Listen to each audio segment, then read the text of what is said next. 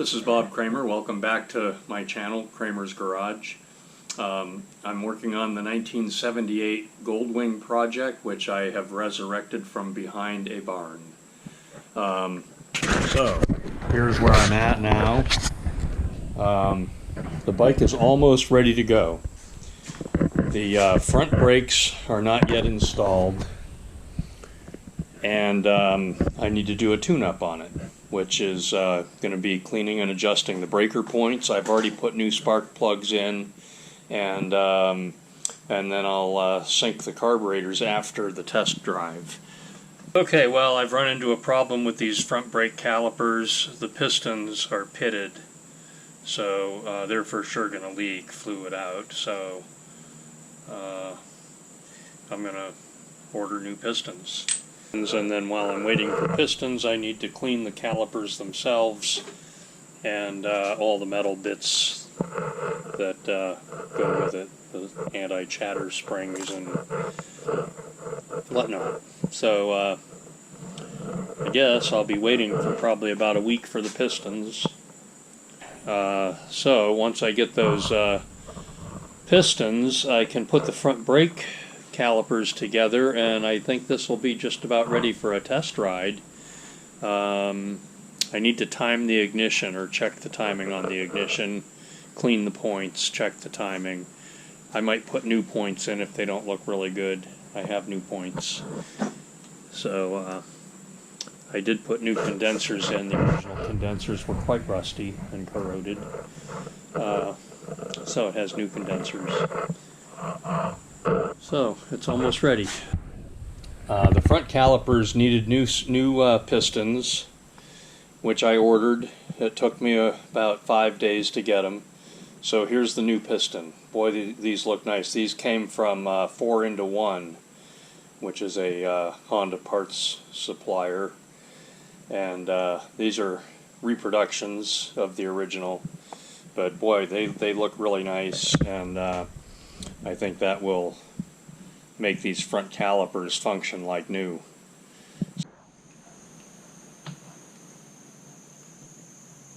Brake lube.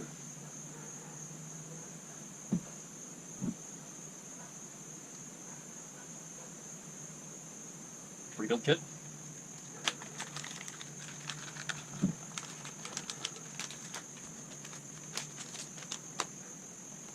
This is the new seal.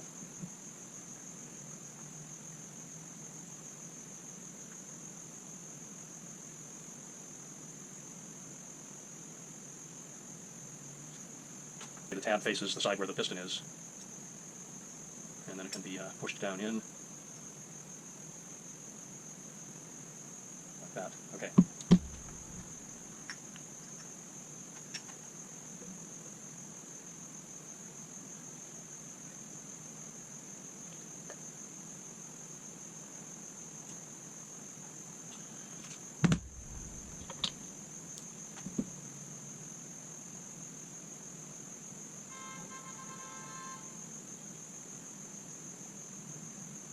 It'll grease in that groove and around the top side of the piston there to prevent rust and corrosion.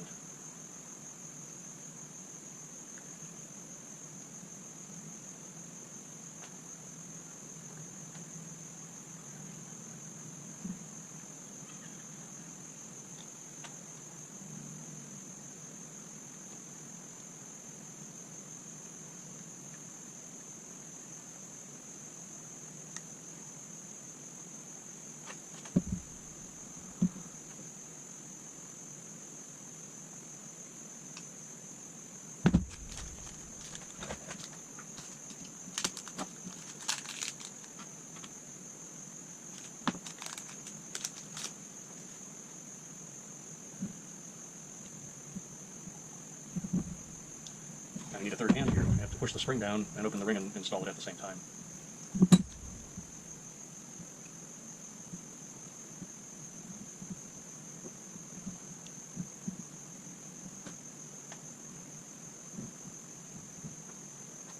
This side has to face outboard, the side with the piston.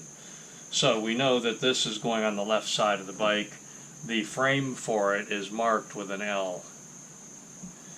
So you can't really do this wrong.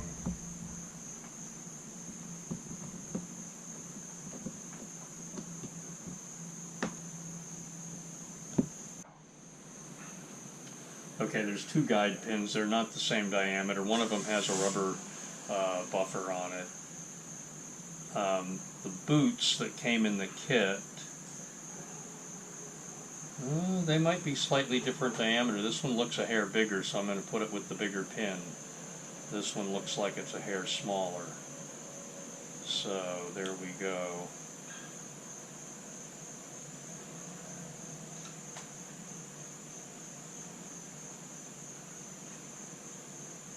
Okay.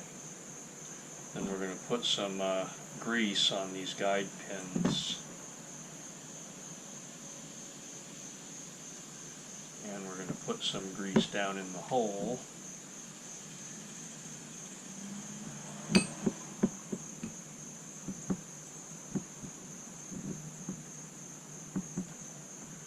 Like that.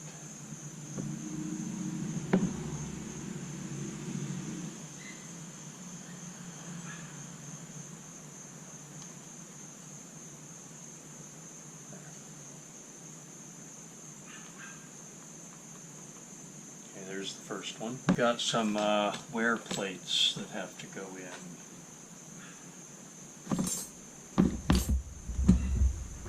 I kind of scattered them with compressed air earlier.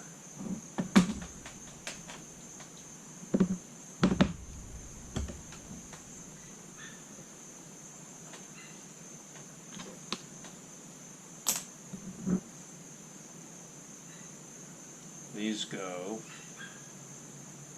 right here.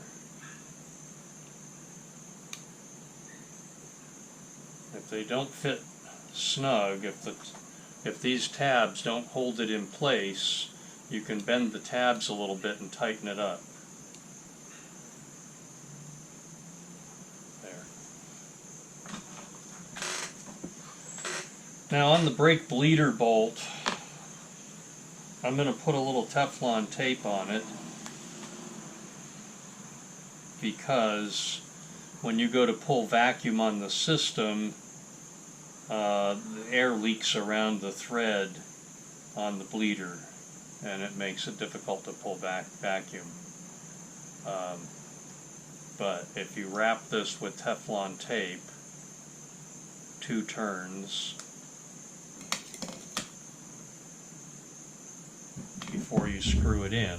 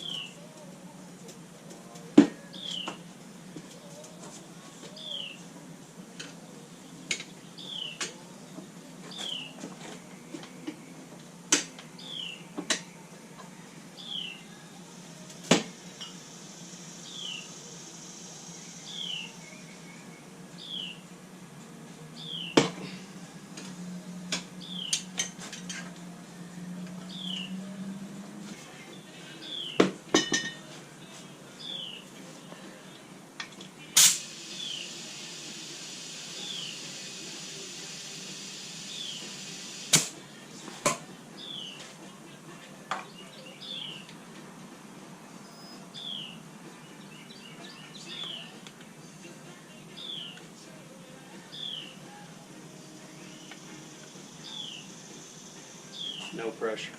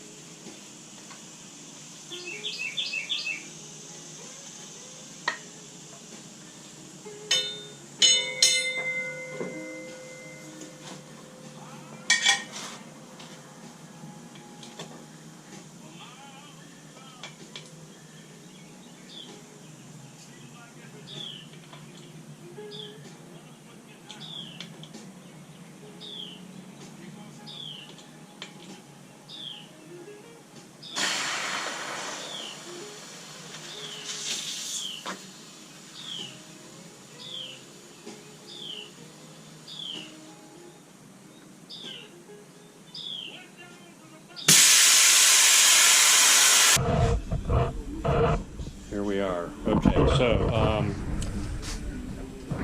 now I've gotten the engine turning over in part one. Then in part two, I rebuilt the carburetors, put new timing belts on, cleaned the fuel pump out, cleaned the gas tank out, and got it actually running on its own gas in the tank. I've also gotten a new seat cover. I customized the foam. I had to cut the foam a little bit to fit the new seat cover, but it came out pretty good. And I've cleaned up the rear fender. I painted underneath it. The bottom side of the rear fender's been painted. I reworked the exhaust system. The header pipes had a problem. The original header pipes had a problem. I had some header pipes from a GL 1100, a 1980, so I put them into service, and I finished them off with a pair of Harley-Davidson takeoff mufflers. Let's start it up and hear it run, and then I'll sort out the electrical gremlins. There we go, started right up. That was under full choke. You can see my